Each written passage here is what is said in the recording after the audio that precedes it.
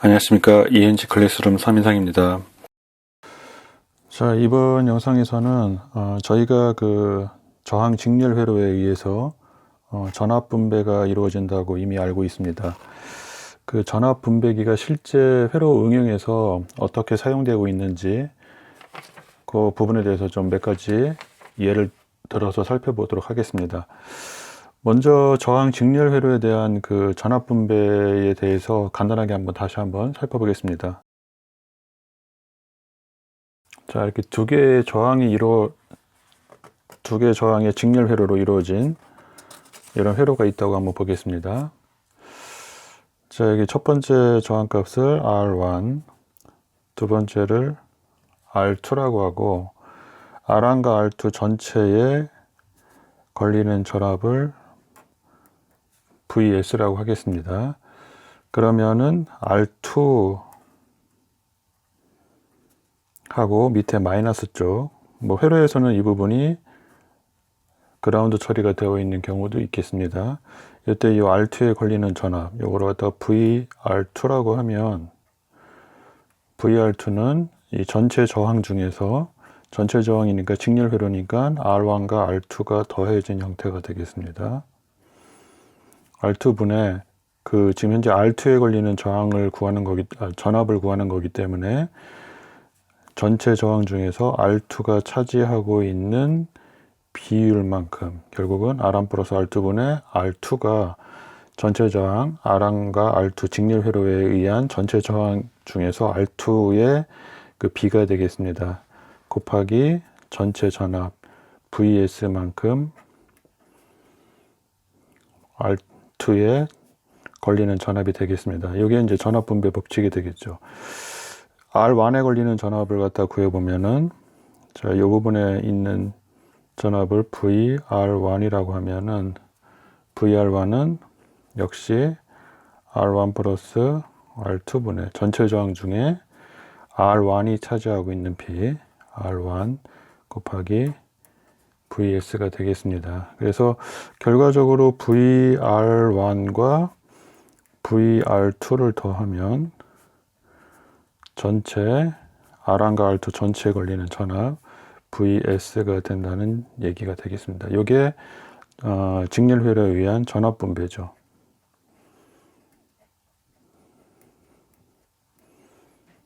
전압 분배 법칙이라고 저희가 얘기를 하고, 요거에 의한 전압 분배에 의한 저항 두 개의 저항의 그 비에 의한 그 전압 분배를 갖다가 볼테이지 디바이더라고 합니다. 전압 분배기가 되겠죠. 자, 실제 예를 한번 들어보죠. 실제 예를 한번 들어보면은 저항값을 한번 대입을 한번 해보도록 하겠습니다. 예를 들어서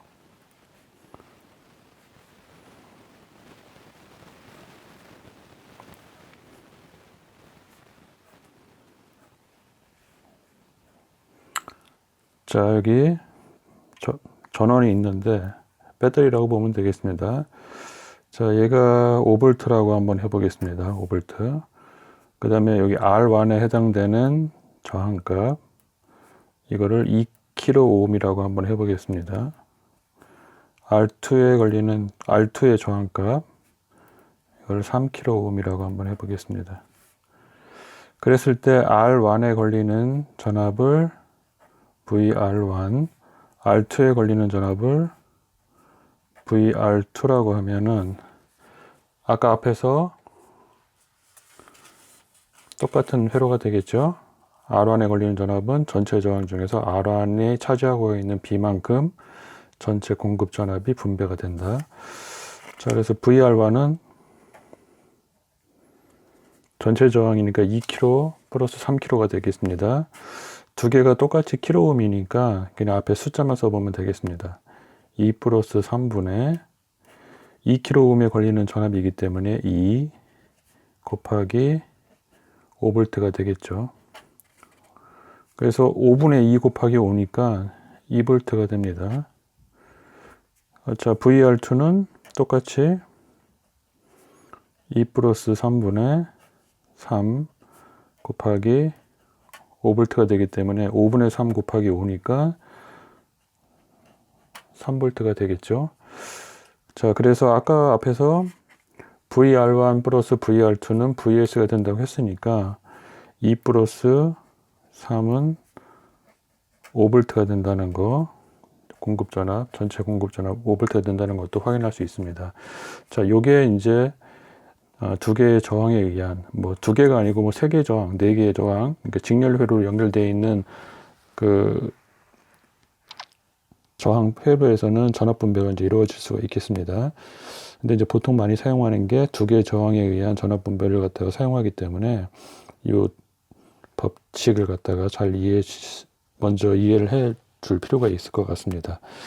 자, 이거 갖다가 이제 볼테이지 디바이더라고 한다.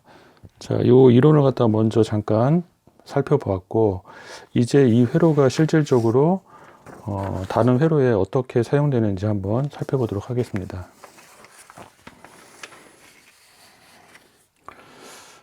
자, 먼저 뭐 여러 가지 용도로다가 이제 회로에서 사용될 수가 있을 것 같은데, 첫 번째는 어떤 신호의 레벨을 갖다가 신호의 레벨을 변환할 때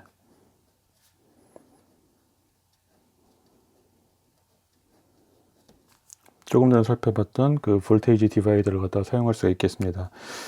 자, 요거 뭐 예를 한번 들어보죠.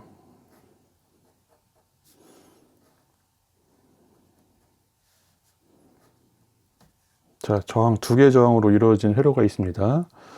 자, 여기를 뭐 아까처럼 2kΩ이라고 한번 해보죠. 이거를 3kΩ이라고 하겠습니다. 그리고 이 사이에 어떤 시그널을 넣어주냐면은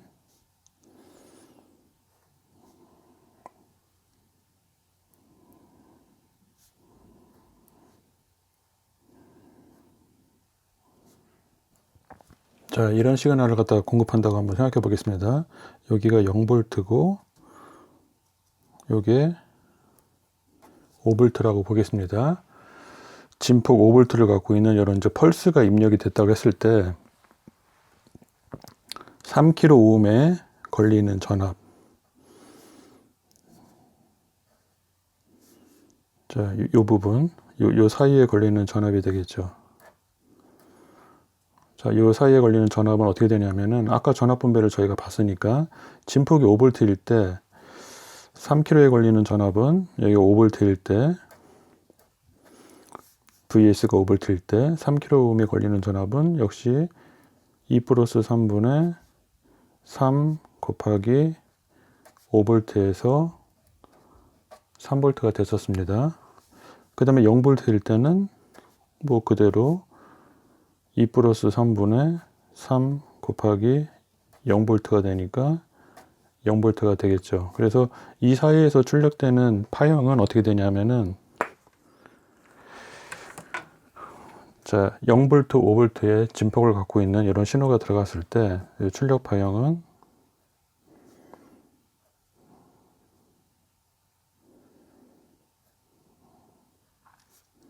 진폭비가 맞는지 모르겠습니다. 뭐 그냥 개념만 알고 계시면 될 것 같습니다. 자, 이렇게 되겠죠. 그래서 여기가 0V, 여기가 3V인 그 똑같은 모양을 갖고 있지만 진폭이 좀 변하는 형태로다가 출력이 된다는 걸 알 수가 있습니다. 그래서 예를 들어서 뭐 노직 회로 같은 게 있는데 5V 노직을 사용하다가 3V 노직 회로에다가 뭐 입력을 한다든지 할 때 그 레벨을 갖다가 바로 레벨 차이가 있기 때문에 바로 3V 노직 회로에다가 입력할 수가 없을 겁니다. 5V 그 신호를 갖다가 그때 간단하게 이런 저항 분압에 의해서 3V의 노직으로 바꿔서 그 3V 노직 회로에다가 입력할 수 있겠습니다. 자, 요런 회로를 갖다가 뭐 볼테이지 레벨 시프터라고도 합니다. 볼테이지 레벨 시프터, 뭐 이런 용어 같은 거는 사실 모르셔도 됩니다. 회로상에서 어떻게 그 직렬 저항에 의한 전압 분배가 응용이 될 수 있는지 그런 부분만 이해하시면 될 것 같습니다. 자, 볼테이지 레벨 11터라고 얘기를 하고, 이거는 지금 뭐 회로에서 보시는 것처럼 굉장히 간단하게 구성을 할 수가 있죠. 일단 회로 구성이 심플하다. 그 다음에 저항 두 개로다가 간단하게 신호 변환 회로를 갖다 구성할 수 있기 때문에, 코스트가 작은 코스트로다가 이제 그 구성할 수 있다. 자, 구성에 비용이 별로 들지 않는다. 이런 장점이 있습니다. 단점은 뭐가 있을까요? 단점을 이미 파악하고 계신 분도 계실 것 같은데, 저희가 신호의 레벨을 변환한다는 얘기는 원래 주어진 신호보다 지금 보시는 것처럼 레벨을 작게도 변환할 수가 있지만 5V 레벨보다 더 신호가 크게 그 변화시킬 수도 있을 겁니다. 근데 이런 저항 분압에 의한 회로는 전압을 더 키울 수는 없고 낮은 전압으로 밖에 변환이 안 된다는 거. 자, 여기다 한번 써보겠습니다. 하이 입력을, 그러니까 높은 신호의 입력을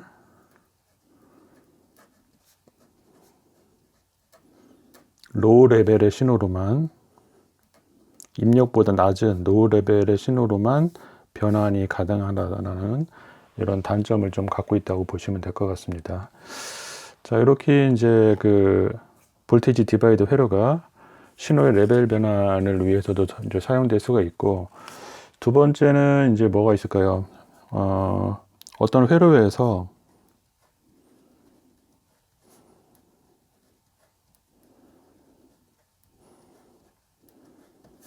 자, 기준 전압을 갖다 만들 때 저희가 이제 레퍼런스 전압이라고 얘기했는데, 자, 기준 전압으로다가 기준 전압을 설정할 때 사용할 수도 있겠습니다.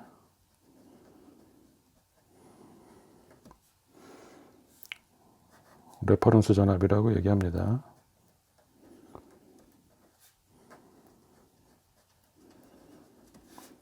원래는 이제 요 기준 전압을 설정하기 위한 그 전용 그 부품이 있죠. 부품도 있고, 또 이제 많이 사용하는 것 중에 하나가 이제 제너 다이오드 같은 거, 그런 거를 사용하는 경우도 있는데, 그거 외에 이제 다 간단하게 저항 분압에 의해서도 사용할 수가 있겠습니다. 근데 이제 주의할 점이 이제 참 이런 부분이 이제 있을 것 같습니다. 저희가 회로가 있는데, 어떤 회로에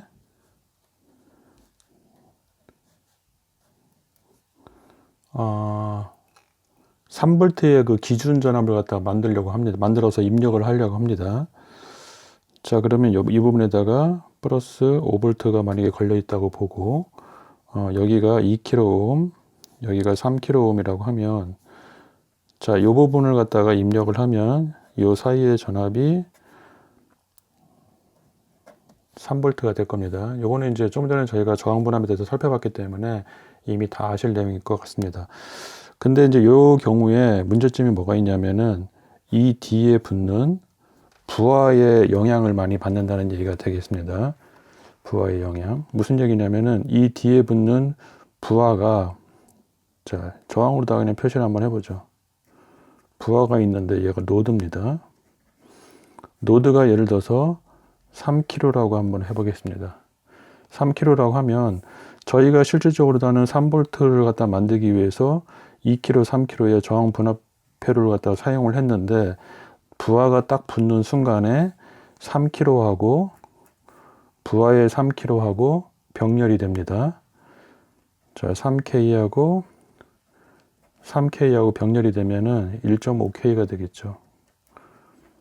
1.5K가 되기 때문에 실질적으로 저희가 2kg, 3kg에 의한 3V 기준 전압을 만드는 회로를 갖다 구성을 했지만, 실제 부하가 붙는 순간 걸리는 전압은 2 플러스 1.5분의 1.5 곱하기 5V가 된다는 얘기가 되겠습니다.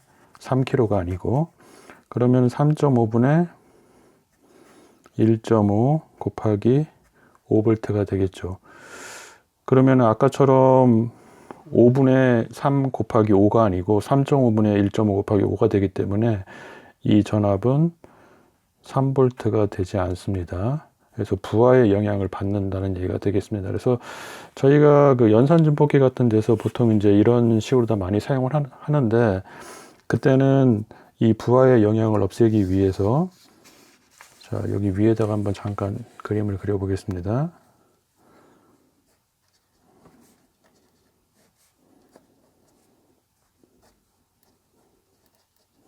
자, 5V고 2K하고 3K가 있다고 치면 이 사이에다가 오프앰프를 통해서 버퍼 회로를 만들어 줍니다.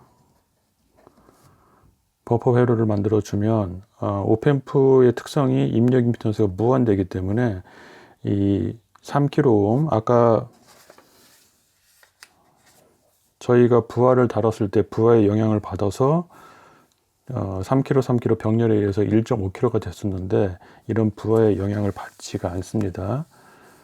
연산증폭기에서 입력 임피던스가 무한대라는 걸 갖다 이용을 했기 때문에, 그래서 이 버퍼를 통해서 기준 전압을 만들어 주면은, 자, 이 부분에서 걸리는 전압은 3V가 됩니다. 그래서 이런 용도로다가도 좀 사용할 수 있다는 거. 자, 그 다음에 또 어떤 게 있을까요? 제가 뭐 제 채널에서 트랜지스터의 그런 기본적인 내용에 대해서 좀 다루고 있었는데, 아직까지 그 트랜지스터 증폭 회로 쪽을 다루지 않았습니다. 트랜지스터의 그 증폭 회로 쪽으로 넘어가면은, 자, 트랜지스터 갖고는 이제 뭐 포화 영역하고 그 다음에 이제 차단 영역으로 저희가 얘기하는데, 컷오프 영역을 이용해서 스위치로 동작하게 할 수도 있고, 그 다음에 이제 실제적인 어떤 그 바이어스 회로를 갖다 걸어주고 증폭 회로로 다 동작하게 할 수도 있습니다. 근데 트랜지스터 증폭기에서 트랜지스터의 그 안정된 트랜지스터가 동작할 수 있는 동작점을 갖다가 이제 정해주게 되는데, 그 회로가 이제 뭐 그 트랜지스터 바이어스 회로라고 부릅니다. 그 트랜지스터의 바이어스 회로를 갖다 구성할 때도 저항 분압이 사용됩니다. 이 부분에 대해서는 뭐 어차피 지금 여기서 설명을 드려도 잘 이해가 안 되실 거기 때문에, 다음에 저희가 이제 트랜지스터를 계속해서 이어서 관련된 영상을 갖다 이제 제작을 할 건데, 그때 트랜지스터의 증폭에 대해서 설명을 하고 관련된 바이어스 회로에 대해서 다시 한번 자세하게 설명을 드리도록 하겠습니다. 여기서는 일단은 저항에 의한 분압 회로가 트랜지스터 증폭기의 바이어스 회로에도 사용된다. 이 정도만 아시면 될 것 같습니다. 그 다음에 이제 하나를 더 생각을 한번 해보면, 전압 센싱을 하는데 좀 사용할 수가 있을 것 같습니다.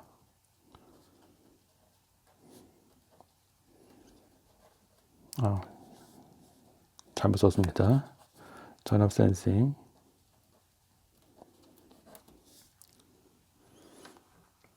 자, 보통 이제 저희가 이제 뭐 DCC 컨버터나 뭐 DC 스위칭 레귤레이터 같은 그 회로의 내부적인 걸 보면은 출력 전압을 갖다 피드백 받아서 내부의 그 레퍼런스 전압하고 비교하는 그 비교기 회로 부분이 들어가 있습니다. 자, 간단하게 좀 설명을 드리면, 자, 여기에 자, 이 부분이 어떤 그 DCC 컨버터의 일부라고 보겠습니다. 아니면은 DC 스위칭 레귤레이터 칩이라고 한번 보겠습니다.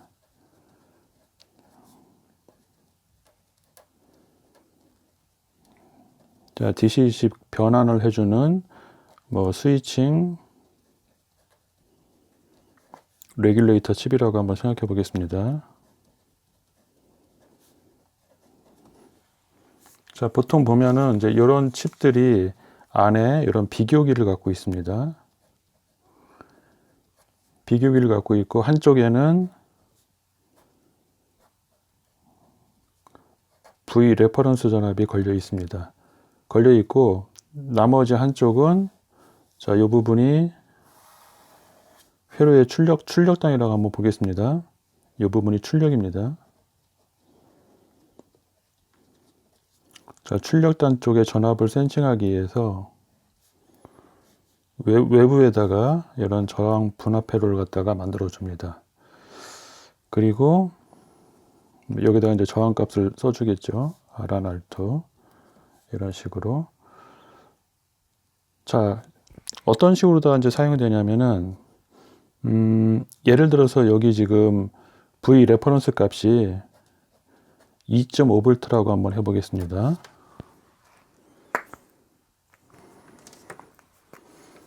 자, 2.5V라고 한번 생각을 한번 해보면 보통 2.5V는 많이 잡혀 있습니다. 자, 우리가 그 회로를 갖다 구성을 했는데 출력 전압을 5V가 되도록 구성을 했다고 한번 이 회로를 구성했다고 생각을 한번 해보겠습니다. 그러면은 출력이 5V가 나갈 때 이 R2에 걸리는 전압이 2.5V가 되도록 R1과 R2에 의한 값을 갖다가 설정을 해줍니다. 자, 그러면 만약에 출력 전압이 5V보다 상승을 하면 출력 전압이 5V보다 상승을 하면 R2에 걸리는 전압은 2.5V보다 더 커질 겁니다. 그러면은 비교기에 한쪽에는 2.5V가 걸려 있고 한쪽에는 2.5V가 더 커지니까 두 값의 비교에 의해서 자, 여기 이 정도로 한번 해보죠. 스위칭 회로가 있다고 한번 생각을 한번 해보겠습니다. 자, 우리가 출력 전압을 5V로 맞췄는데 5V보다 전압이 올라갔다는 얘기가 되겠습니다. 이 생신 전압이 2.5V보다 커졌다는 얘기는 그러면 스위칭 회로를 갖다가 비교기 출력을 통해서 제어를 하게 되는데 제어를 할 때 그냥 쉽게 생각해서 여기서 그냥 스위치를 꺼버린다고 한번 생각해 보겠습니다. 실질적으로는 PWM이나 뭐 그런 주파수를 갖다 바꿔줄 텐데 그냥 스위치를 끈다고 한번 생각해 보겠습니다. 스위치를 꺼버리면은 입력 전압이 입력이 출력 쪽으로 전달이 안 되기 때문에 출력 전압은 다시 밑으로 떨어지겠죠. 떨어져서 2.5V가 됐다가 다시 5V 미만으로 떨어지면은 레퍼런스에 걸리는 전압이 2.5V 밑으로 떨어질 겁니다. 그럼 이 레퍼런스 전압 2.5V가 더 커지기 때문에 그때 다시 스위치를 갖다가 온 시켜준다고 생각하면 되겠습니다. 그러면 다시 입력이 출력 쪽으로 더 연결돼서 전달이 되기 때문에 출력값이 다시 또 올라가겠죠. 올라가면은 다시 R2에 걸리는 전압 2.5V 전압이 2.5V보다 높아지기 때문에 레퍼런스보다 높아져서 다시 스위치를 갖다가 오프시키고 그래서 전압이 올라갔다가 내려갔다가 올라갔다가 내려갔다 이런 식으로다가 움직일 겁니다. 5V를 기준으로다가 그때 이제 그런 원리로다가 이제 출력을 갖다가 제어하기 위해서 출력 전압을 피드백하는 용도로다가도 이런 그 저항 분압 회로가 사용된다. 제가 뭐 설명을 좀 잘 드렸는지 모르겠는데 그런 의미 정도로만 좀 이해를 해주셨으면 좋을 것 같습니다. 그러면은 이제 장점하고 단점을 한번 좀 살펴보겠습니다. 전반적으로. 자, 일단 좀 뭐 보셨던 것처럼 장점은 단순하다는 거죠. 장점은 단순하다.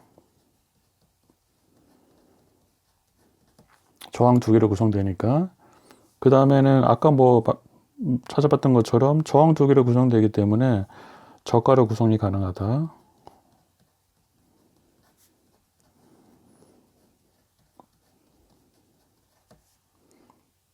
그 다음에 뭐 지금 살펴보셨던 것처럼 이거 말고도 사실상 많습니다. 다양한 응용 분야에 적용할 수가 있다. 그 다음에 뭐 하나 더 써보면은 뭐 회로가 뭐 예를 들어서 아까 뭐 레퍼런스 전압도 사용하는 용도도 있었고 몇 가지가 있었는데 그 전압 같은 게 만약에 바뀌었다 그러면은 저항 그 비율만 바꿔주면 되기 때문에 수정이 쉽다.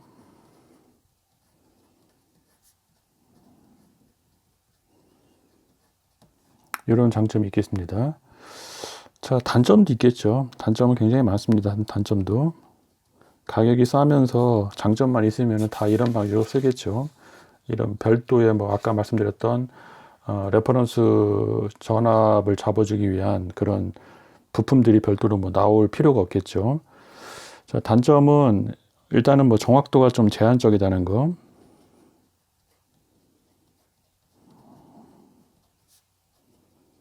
제한적인 정확도를 갖는다는 거. 뭐 저항을 갖다가 뭐 굉장히 고정밀 저항을 쓰면 뭐 좋겠지만, 그렇기 때문에 이제 가격도 많이 높아지게 되고, 그 다음에 이제 저항이라는 것이 온도에 따라서도 값이 좀 변하고 막 그런 부분들이 있기 때문에 제한적인 정확도를 가지고 있다고 보시면 될 것 같습니다. 그 다음에 아까 앞에서 레퍼런스로 사용을 할 때 부하 값에 의해서 굉장히 영향을 많이 받았었죠. 그래서 부하 임피던스에 대한 그 민감도가 크다.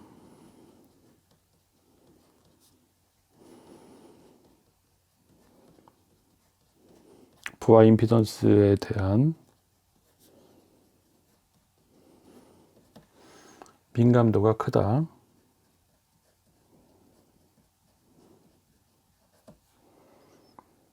그러니까 부하 임피던스가 변하면 전압 분배기의 출력도 변한다는 얘기가 되겠습니다. 자, 그 다음에 뭐 일부 유튜브 채널을 보고 이제 질문하시는 분들 중에 어떤 뭐 파워 회로 같은 거를 만들 때도 간단하게 이런 저항 분압 회로를 갖다 이용하면 되지 않냐 이렇게 생각하시는 분들이 있는데, 일단 저항을 사용한다는 얘기는 저항이 회로에서 하는 역할 자체가 전류의 흐름을 갖다 제한하는 역할을 합니다. 그래서 큰 저항을 써서 그 저항 분배 회로를 갖다 만들어주면 부하에 일단 1차적으로 부하에 전달되는 그 전류를 갖다가 저희가 원하는 만큼 공급해 줄 수가 없습니다. 그리고 그래서 그러면 그 부하 쪽에 저희가 원하는 만큼의 전류를 공급해 주기 위해서 똑같은 저항의 비를 가지면서 저항값을 갖다가 아주 작은 저항값으로 갖다 줄일 수 있다. 그렇게 하면 그 문제가 해결되지 않겠느냐라고 생각하시는 분들이 있을 수가 있는데, 그렇게 돼버리면은 저항에 흐르는 그 전류가 굉장히 좀 커지면 커질수록 저항값은 굉장히 작은데 그 저항을 통해서 흐르는 전류가 좀 커지기 때문에 일단은 그 분압 회로를 만들기 위해서 저항의 그 와트 자체가 굉장히 큰 저항을 사용을 해야 됩니다. 그러면 이제 저항 자체가 이제 그 회로에서 부하 역할을 한다는 얘기가 되겠습니다. 그냥 전원을 공급해주는 전원 공급원의 그 역할을 해야 되는데, 실질적으로 전원 에너지를 갖다 소모하는 부하 역할을 갖다 크게 가져간다는 거. 그런 첫 번째 이제 단점이 있고, 두 번째는 이제 아까 살펴봤던 것처럼 부하를 붙였을 때 부하의 임피던스에 의해서 그 출력 전압이 바뀔 수가 있습니다. 그래서 이제 그런 부분에 대한 문제점 때문에 실질적으로 저항 분압 회로를 이용해서 뭐 어떤 회로의 그 동작을 위한 전원 회로로다가 사용하는 경우는 거의 없다고 보시면 될 것 같습니다. 그런 것보다는 안정적으로 부하의 뭐 변동에 크게 관계없이 부하 쪽에다가 전원을 갖다 공급할 수 있는 리니어 레귤레이터라든지 뭐 제너 다이오드라든지 뭐 그런 회로를 이용해서 공급 회로를 갖다가 만들어 준다고 생각하시면 될 것 같습니다. 조금 오래간만에 좀 찍다 보니까 제가 좀 많이 좀 버벅거렸던 것 같습니다. 일단 뭐 한번 더 정리를 한번 해보면은 저항 직렬 회로에 의한 그런 전압 분배 회로가 신호의 레벨을 변환하는 용도로다가도 사용할 수 있고, 회로에 어떤 기준 전압을 제공하는 용도로다가도 사용할 수가 있고, 또 한 가지는 이제 트랜지스타의 증폭 회로를 갖다 설계할 때 바이어싱을 갖다가 공급해주는 그런 회로로다가도 사용할 수가 있다. 그리고 마지막으로 전압을 센싱하는 그 DC-DC 컨버터라든지 그런 회로에서 출력 전압을 갖다 센싱하는 그런 역할로다가도 사용할 수가 있다. 뭐 요 정도에 대해서 간단하게 좀 살펴봤습니다. 다음에는 좀 오늘 살펴봤던 것처럼 실제 저희가 이제 앞에서 다뤘던 이런 이론들이 회로에 어떻게 실질적으로 적용되는지 그런 부분에 대해서 영상을 갖다 많이 만들어 보도록 하겠습니다.